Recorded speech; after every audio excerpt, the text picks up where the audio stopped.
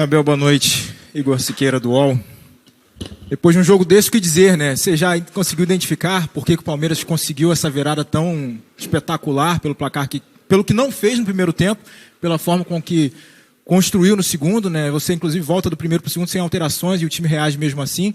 E só uma questão de a gente ouvir também o outro lado da moeda, né? Porque o John Textor saiu reclamando muito da arbitragem do campo, criticando o presidente da CBF e tal, pedindo até a renúncia do presidente Edinaldo. Eu queria saber só a sua percepção sobre o lance da expulsão do Adrielson, por favor. Boa noite. São três perguntas.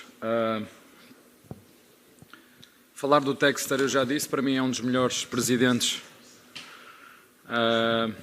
que está aqui no Brasil. Só que o futebol tem disto, tem muitas emoções e quando o jogo está quente, por isso é que eu acho que às vezes os jornalistas não entendem porque não estão ali, não sentem o que nós sentimos. Vocês viram o central, o zagueiro do Botafogo a sair e a chutar o microfone, porque são momentos muito intensos e só sente quem lá está dentro. Por muito que o jornalista, ou o meu pai, ou a minha mãe queira sentir, é impossível. Ninguém sabe o que é ser mãe, só as mulheres é que sabem o que é ser mãe, porque sentem. E portanto esta parte emocional nós temos que entender. E para vos dizer, o errar não é o problema. O errar é se nós não percebermos que erramos. E eu já falei com ele, com o presidente do Botafogo, como eu acho que já o disse isso publicamente, portanto não é a primeira vez que eu estou a dizer isto. Acho sinceramente que é um dos melhores presidentes do futebol brasileiro e o futebol brasileiro precisa de pessoas como ele. O que ele diz em relação a tudo o resto, eu não vou... tenho a minha opinião em relação àquilo que ele disse, mas eu sei que se eu disser aquilo que eu penso, é melhor eu não dizer aquilo que eu penso, porque não é minha função. Mas em relação àquilo que se passou entre nós os dois, está completamente sanado, resolvido. Ele sabe o que é que eu penso sobre ele como presidente e entendo perfeitamente. São momentos muito duros. Eu também já perdi de virada, já fiquei fora de duas semifinais da Libertadores. E entroncando aqui na tua segunda pergunta, a diferença é que nós hoje na segunda parte conseguimos fazer golos, com o Boca Juniors não conseguimos. Não fizemos 4, fizemos 5, sendo que um estava fora de jogo. A primeira parte não correu bem, por isso é que eu não fiz alterações, porque o nosso encaixe defensivo, no Botafogo, nós sabíamos que eles jogavam com dois médios, com o Carlos Eduardo mais próximo do Tiquinho, mas o que aconteceu, eles espetaram bem os dois pontas e o Tiquinho e o Carlos Eduardo andaram para trás, o que nos dificultou no início. Nós não conseguimos marcar a saída nem do zagueiro nem do lateral deles, e portanto isso aí é um erro tático, foi um erro tático e tática de treinador. Mas a forma como nós sofremos os golos, o primeiro golo é uma transição do adversário, o segundo golo é um escanteio e o terceiro golo é a prova da nossa desorganização e a falta de inspiração na primeira parte. É um lançamento do lado esquerdo do Rios, vai passar para o Veiga, que lança para as costas, demonstra bem a nossa falta de equilíbrio nesse momento. E respondendo à terceira pergunta, não é só uma equipa no Brasil capaz de fazer o que nós fizemos aqui, quer gostem ou não, quer a gente ganhe títulos ou não, só uma equipa capaz de fazer este tipo de jogos, que é a nossa, e mais uma vez esta equipa mostrou a mentalidade que tem, a força que tem, e foi uma vitória importante para nós. O objetivo não se vai alterar, é um jogo de cada vez, em cada jogo jogar para ganhar. É verdade, a expulsão, eu fiquei, no mínimo tinha que haver um amarelo ali, no mínimo, e o árbitro não deu nada e depois transformou-se numa expulsão. Eu já apanhei muito do STJD, muito, e apanhei, e outros colegas meus fizeram o mesmo que eu e tiveram não a mesma penalização do que eu, mas eu guardo tudo, como disse, eu perdoo toda a gente, mas não me esqueço de nada. Bel, boa noite. Seguindo essa linha que você disse que só tem uma equipe que é possível fazer isso. Muita gente já descartava, talvez muitos torcedores, rivais, descartavam o Palmeiras na briga do título. Essa partida de hoje, pela forma que foi, não só os 3 pontos, mas tudo que construiu a história do jogo de hoje, coloca o Palmeiras na briga pelo título ou o Palmeiras nunca esteve fora da briga do título? Eu não vou alterar aquilo que disse há uma volta atrás, quando o Botafogo nos ganhou em nossa casa. Disse que o Botafogo tinha tudo para ser campeão e é a única equipa que depende deles para ser campeão. É a única. Portanto, tem essa vantagem e isso eu não vou alterar. Nós vamos procurar fazer os nossos jogos. Temos saídas muito difíceis. Hoje era muito difícil. Jogamos em casa agora outro jogo difícil. Quem conhece o Brasileirão... como eu agora conheço, em cima dos 3 anos que tenho aqui, sabe que cada jogo é de tripla. E, portanto, é um jogo de cada vez, não vou mudar o discurso, entendo o que vocês vão dizer. Os jornalistas vão começar agora a dizer que o Palmeiras, não é? Os mesmos jornalistas que influenciaram negativamente que o Palmeiras estava morto, que depois influenciam as nossas massas, que depois, por sua vez, criticam os jogadores, criticam o treinador, mas é assim. Mas pronto, o que nós temos que continuar a fazer é isto, é perceber que não vamos ganhar sempre, mas esta atitude, nem contra o Boca, nem contra o São Paulo, quando perdemos na Copa do Brasil, e portanto também perder para aquele que foi campeão é sinal que tudo fizeram e que nós saímos da competição pelo campeão, que o São Paulo foi o São Paulo que foi campeão. Portanto é um jogo de cada vez, foi um jogo... que vai ficar nas nossas memórias, que vai ficar na minha memória seguramente. Nós já até nos treinos nós acreditamos que é possível virar jogos de 6-0 para 8-7 e portanto isso depois passa pós jogo e foi um jogo, como te disse, que nos correu bem, conseguimos marcar muitos golos, ao contrário de outros jogos que, por exemplo, por muito que nos queiram criticar quanto ao Santos, a minha responsabilidade como treinador é fazer a análise não em cima do resultado, mas das oportunidades que nós falhamos. E, por exemplo, contra o Santos perdemos o jogo e não devíamos ter perdido esse jogo, e perdemos porque não fomos capazes das 4 ou 5 que criámos fazer golo, e hoje fizemos só na segunda parte 5 golos, né? Sendo que um estava fora de jogo.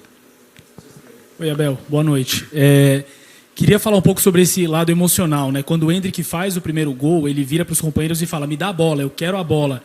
O que isso representa? O que isso te mostra como treinador, quando você tem um jogador de 17 anos assim e o elenco que, de algum jeito, não desistiu? Isso é o que mais me enche de orgulho desta equipa, mas não é de hoje, é de sempre. Embora nem todos pensem da mesma maneira que eu, e tenho esse direito, esta equipa, no meu entender como treinador desta equipa, que eu os vi a treinar, ela nunca... faltou inspiração, faltou qualidade técnica, mas entrega e esforço nunca faltou nesta equipa. Eu nunca cheguei ao final de um jogo que dissesse à minha equipa, que às vezes digo: hoje não ganhamos porque vocês não entregaram o que podiam, vocês não se esforçaram, nunca. Às vezes acontece estarmos menos inspirados. Falando do Endrick e da equipa, esta é uma equipa que tem uma mistura, eu também já vos disse, entre experiência e reverência. O Endrick, como todos os outros, começou muito bem o ano, passou um período muito mau, que alguns de vocês até o queriam colocar na equipa B, não é? Alguns jornalistas disseram ele devia ir para a equipa B porque ainda é muito jovem. Só que um treinador como eu, que tem 44 anos, que veio de uma das melhores formações do futebol do mundo e que passou em todos os clubes onde passou, teve sempre jogadores à sua disposição. Os clubes ganharam, é verdade, a comissão técnica do Abel, noutros clubes não ganharam títulos, mas os clubes ganharam muito dinheiro por aquilo que foi a nossa atenção aos jovens, de os puxar para a equipa principal e no devido tempo, o que eu lhe chamei aqui o tempo de Deus, deixá-los entrar no jogo, deixá-los errar, tirá-los, metê-los outra vez, e assim se faz o crescimento de um jogador. E não é por acaso que o Real Madrid, os olheiros do Real Madrid são competentes. Agora estamos a falar, mais uma vez, nós estamos a falar de um miúdo de 17 anos, que ainda não é maior de idade, que tem oscilações, mas é sempre bom porque esta mistura entre a irreverência deles, dos mais jovens, e da experiência dos mais velhos, dá nesta mística. E eu disse-lhes, ao intervalo, disse-lhes 2 coisas. É impossível fazermos pior do que esta primeira parte, portanto, a segunda parte nós vamos melhorar seguramente. E era fundamental nós entrarmos, fazermos um golo para tentar entrar no jogo. E correu tudo bem, fizemos um golo, fizemos logo a seguir outro, mas estava fora de jogo. Logicamente que o nosso adversário com -1 nos criou ainda mais vantagem. As substituições também foram no sentido sempre de ir arriscando e ao contrário de outros jogos que podíamos ter ganho. Esta última bola, por exemplo, do Murilo que entrou, o Rony teve 2 contra o Boca para fazer o 2-1 e nós não conseguimos fazer, e o futebol é assim mesmo, o futebol é mágico por isto mesmo. Oi, Abel, tudo bem? David Sharp, do Antenados na Jogada. Eu queria que você explicasse um pouco melhor o que deu tão errado taticamente no primeiro tempo, porque você falou que a questão tática é treinador, mas o Palmeiras teve 2 finalizações contra 15 do Botafogo. Apesar de ter tido mais posse de bola, o Botafogo poderia ter feito, além de 3, uns 4, 5 no primeiro tempo e não fez. Então, o que deu de tão errado? Foram os 3 zagueiros que você colocou? O que deu de tão errado no primeiro tempo? Como essa pergunta é tão acertada, eu vou-te dizer para tu ficares a saber tanto como eu. Faltava só um dos nossos laterais desfazer da linha de 5 e bater no lateral deles. Só isso que faltava. Foi a única alteração que eu fiz da primeira para a segunda parte. E na primeira parte ficaram os nossos 2 laterais agarrados aos pontas deles. E o resultado da minha comunicação é aquilo que eu vejo em campo. Portanto, o que eu lhes disse não foi interpretado, então eu parto do princípio que a responsabilidade é minha. Portanto, foi isso que nós trocámos na segunda parte. Voltei se calhar a falar no português do Brasil, porque eu acho que eles não entenderam aquilo que eu disse, mas a responsabilidade é minha, porque é tático, e tático é minha. E é verdade que só fizemos essa finalização, mas tem a ver com a forma como nós defendemos. A forma como defendemos influencia a forma de atacar, e a forma de atacar influencia a forma de defender. Estão as duas interligadas. E muito honestamente, ao final da primeira parte, o resumo que eu fiz foi: eu não ajudei os meus jogadores com a ideia que eu tinha. Então o que nós fizemos foi corrigir e ser muito claros e específicos naquilo que queríamos na segunda parte. E eles fizeram e correu tudo bem. Abel, boa noite, bom revê-lo. Gil Carvalho, Rádio Superando Gigantes Esportes. Abel, eu estava em transmissão e observava você quando a sua equipe tomou os 3 gols. Aí eu lembro que o narrador falou: Gil, e o Abel? Eu falei: o Abel está olhando para o campo, pensativo, mas eu não consigo, Garcia Júnior, da Rádio Sonora, né?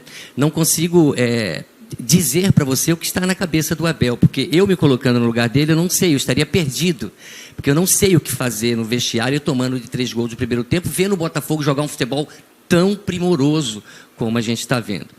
Você já falou, né, que comentou com eles, e aí eles reagiram, mas assim, como que é? Você está vendo o seu time perder de 3, vendo uma equipe perder 2 gols claros, que o Botafogo perdeu, poderia ser 5 no primeiro tempo, e você aqui dentro conseguir ir lá dentro e falar: poxa, a gente tem que virar. Dá para sintetizar para a gente, ou dar uma luz para que a gente consiga compreender, porque foi mágico, cara, o seu time hoje. Parabéns. Foi mágico. Se perguntar aos jogadores, eles vão dizer que eu utilizei essa palavra. Eu utilizei a palavra essa mesmo, mágico. Com toda a sinceridade, se fosse na segunda parte, eu não ia conseguir fazer nada. Se fosse na segunda parte, íamos morrer todos abraçados. 3, 4, 5. E você pergunta-me assim: mas isso é normal de acontecer? Se nós nos lembrarmos do Barcelona, que ganhou 3-0 ao Liverpool, e a seguir foi tomar 4 de virada em casa deles, Barcelona do Messi. Barcelona do Messi. E levou 4. Portanto, quando as melhores equipas do mundo também entram nessa espiral negativa, não há... Ou nós conseguimos fazer uma pausa, que no futebol muitas vezes não há uma pausa para dizer: ei, calma, temos que corrigir isto, isto e isto. Ou então vamos, naquele momento, eu na primeira parte, se não houvesse intervalo, eu não tinha como ajudá-los. A única forma de os ajudar é desconto de tempo, paragem, tático. É isto que temos que fazer para não andar a correr atrás do adversário, porque nós não conseguimos encaixar na marcação do adversário. O adversário estava fluido porque nós não estávamos a conseguir encurtar, quer na pressão, quer reduzir espaços para eles poderem ligar o jogo, e na primeira parte eles foram muito melhores que o Palmeiras, aproveitaram os nossos erros. O terceiro golo é a imagem da desinspiração da nossa equipa. Você vir o terceiro golo vai dizer: esta não é a minha equipa, estes não são os meus jogadores. Mas naquele momento eu não consegui, se eu pudesse, se fosse no treino, eu parava o treino, junta aqui. Graças a Deus que foi na primeira parte e deu tempo para... Eu não sabia se íamos ganhar o jogo, mas o que eu lhes disse foi, nós na segunda parte temos que ganhar este jogo. A segunda parte nós temos que a ganhar. Se ia ficar 3-1, 3-2, a segunda parte nós tínhamos que a ganhar. Isto foi o que eu disse aos jogadores ao intervalo. E fazer esta pequena correção porque eu senti que eu não conseguia ajudar os jogadores, eu senti que a ideia que nós tínhamos defensiva, os jogadores não interpretaram porque eu não fui capaz de lhes dizer aquilo que eles tinham a fazer. Então, ao intervalo, voltei a reforçar aquilo que tínhamos que fazer e, como disse ao teu colega, foi só desmontar um dos jogadores da linha de 5. Foi o que nós fizemos para tentar criar ali mais pressão e depois fazer logo um golo aos 5 minutos, o adversário fica... E depois segundo golo, fora de jogo. Eu senti um momento destes contra o River Plate em nossa casa. Alguém se lembra da meia-final?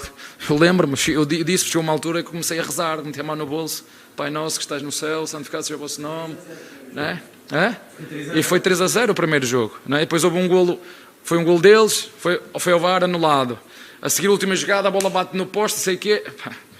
O futebol é mágico, como disseste, o futebol tem coisas que... Eu quero controlar tudo no futebol, mas é impossível. O futebol tem coisas aleatórias, tem coisas que tu não controlas. A expulsão do zagueiro do Adrielson nem tem a ver com a minha responsabilidade, nem com a responsabilidade do treinador deles, são contingências do jogo que influencia, claro que influencia, ajudou-nos e muito jogar com uma equipa com menos um. Abel, boa noite. Alan Santos do BTB Esporte. Seguindo essa sua resposta exatamente sobre isso, qual foi o momento crucial que você percebeu que o Palmeiras poderia virar? Foi no lance da expulsão ou na hora que o Everton faz a defesa, você diz, a gente não vai, pensa assim, né, sozinho ali, a gente não vai perder esse jogo, a gente vai empatar, vai virar. E se você achou justo a expulsão do Adrielson, a gente viu que uma reclamação muito calorosa da staff com a arbitragem. Deixa só dizer, eu reclamei aí porque no mínimo ele tinha que dar amarelo e o árbitro não deu nada, e foi à minha frente. Eu não sei se era para vermelho ou não, porque eu não sei se a bola depois foi para dentro ou foi para fora, não tinha essa, mas nada, nada, como é que não dá nada? Mas ok, ele é que manda, ele é que é o árbitro, ele é que decide, ponto. Por muito que eu reclame, não vai alterar nada. A partir do momento em que tem pessoas competentes em cima e conseguem analisar e vêm para trás e para a frente, esse para mim foi um momento em que disse, ok, nós vamos conseguir dar a volta a isto. Um minuto depois, penalti contra. Estávamos os três sentados e disse, se nós pegarmos o penalti, nós vamos entrar no jogo. Se sofrermos, estamos fora. E o futebol é isto, que aqui houve um jogo que eu fui muito criticado porque eu disse que o futebol também tem fator sorte. Há fatores aleatórios de sorte. E depois nós podemos aqui dizer, num penalti, é competência do goleiro ou é ineficácia do centroavante. Nós ficamos fora de uma Libertadores nos penaltis. Eu acredito que é um bocadinho, mas é impossível tu no treino replicares a emoção e a sensação de ir bater um penalti, replicar aquele momento que o jogador sai do meio campo até pegar a bola para bater na marca. Não há treinador nenhum que consiga replicar ou treinar essas emoções que vão dentro do jogador, bate para a direita, bate para a esquerda, não há, só cada um sente à sua maneira, e há uns que são melhores do que outros, e essa que é a verdade dos factos. Por isso eu concordo com o que estás a dizer, mas é bom para ele, dá-lhe confiança. Às vezes, já vos disse isso, passou-se com o Veiga, os jogadores sabem, e eu digo isto sempre aos nossos torcedores, muitas vezes eles são influenciados por influenciadores e falam coisas que não devem falar para os jogadores que entregam tudo. E os jogadores, tal como o treinador, sabem muito bem o que é que significa a palavra gratidão. Gratidão. E nós não queremos que nos aplaudam ou que nos incentivem ou que nos elogiem quando nós jogamos mal ou quando as coisas não correm. Só que nós também não queremos sentir ingratidão. E algumas, a gente não sabe, muitas vezes não são torcedores do Palmeiras que o fazem. Muitas vezes não são. Mas os jogadores sentem. E a minha função também é trabalhar em cima deles, perceber o contexto que estão, como é que isto funciona, quais são as notícias que têm mais impacto, não é? Não sei quem detona. Esse detona, não sei quem, pronto, vocês gostam de utilizar detona e não sei quê, a torcida de uma equipa escolheu um alvo e detona este jogador.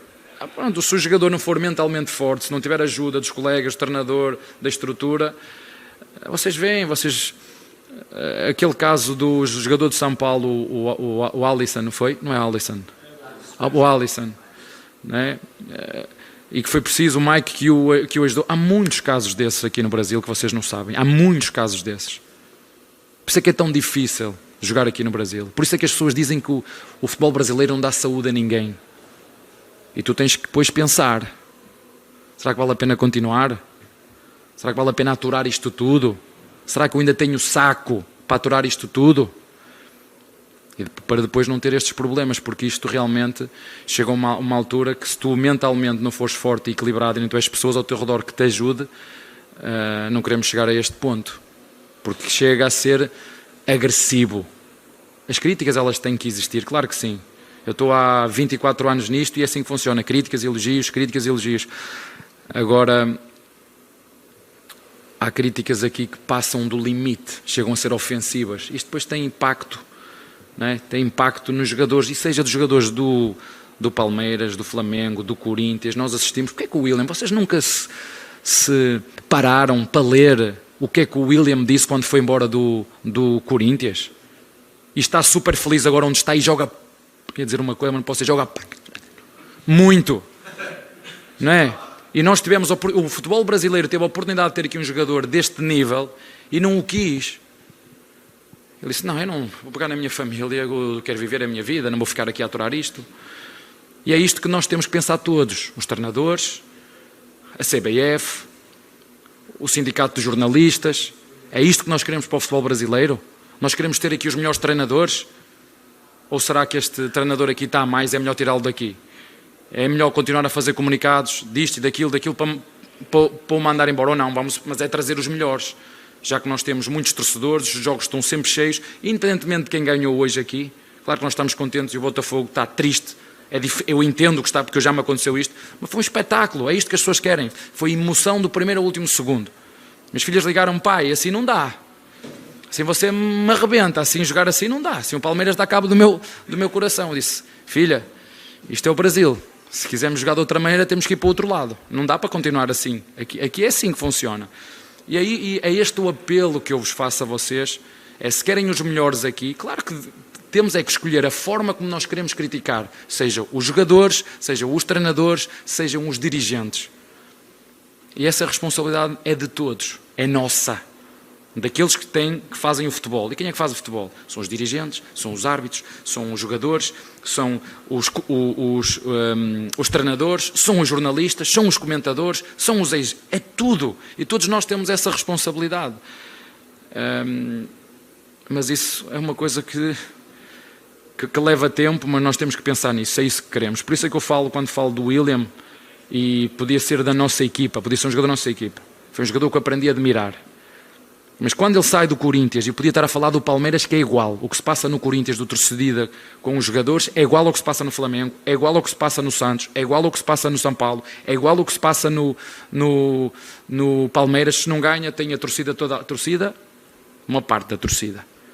E depois, nós mandamos jogadores com esta qualidade embora, depois querem que o futebol brasileiro melhore como? Se os jogadores chegam a uma altura e são tratados desta maneira, que dizem, não, deixa-me que eu vou sair daqui, vou para a Inglaterra, as pessoas lá respeitam-me, as pessoas lá sabem que eu vou jogar bem e a seguir vou jogar mal porque faz parte. Isto acontece com o Neymar, acontece com o Messi, acontece com o Ronaldo, acontece com todos no mundo, mas aqui não se perdoa. Aqui não se perdoa se jogar mal, não se perdoa. Tem que se escolher um vilão. Quem é? És tu aí. Tu é que falhaste o golo, és tu o culpado. E os outros 11 que estão lá dentro? E o treinador? E se nós virmos isto num todo, eu acredito que nós podemos ter muitos Williams aqui. Mas isso era uma coisa que devia fazer refletir todo o mundo.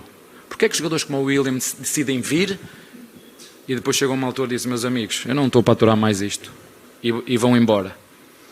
Isto é uma coisa para todos nós pensarmos, está bem? Um abraço.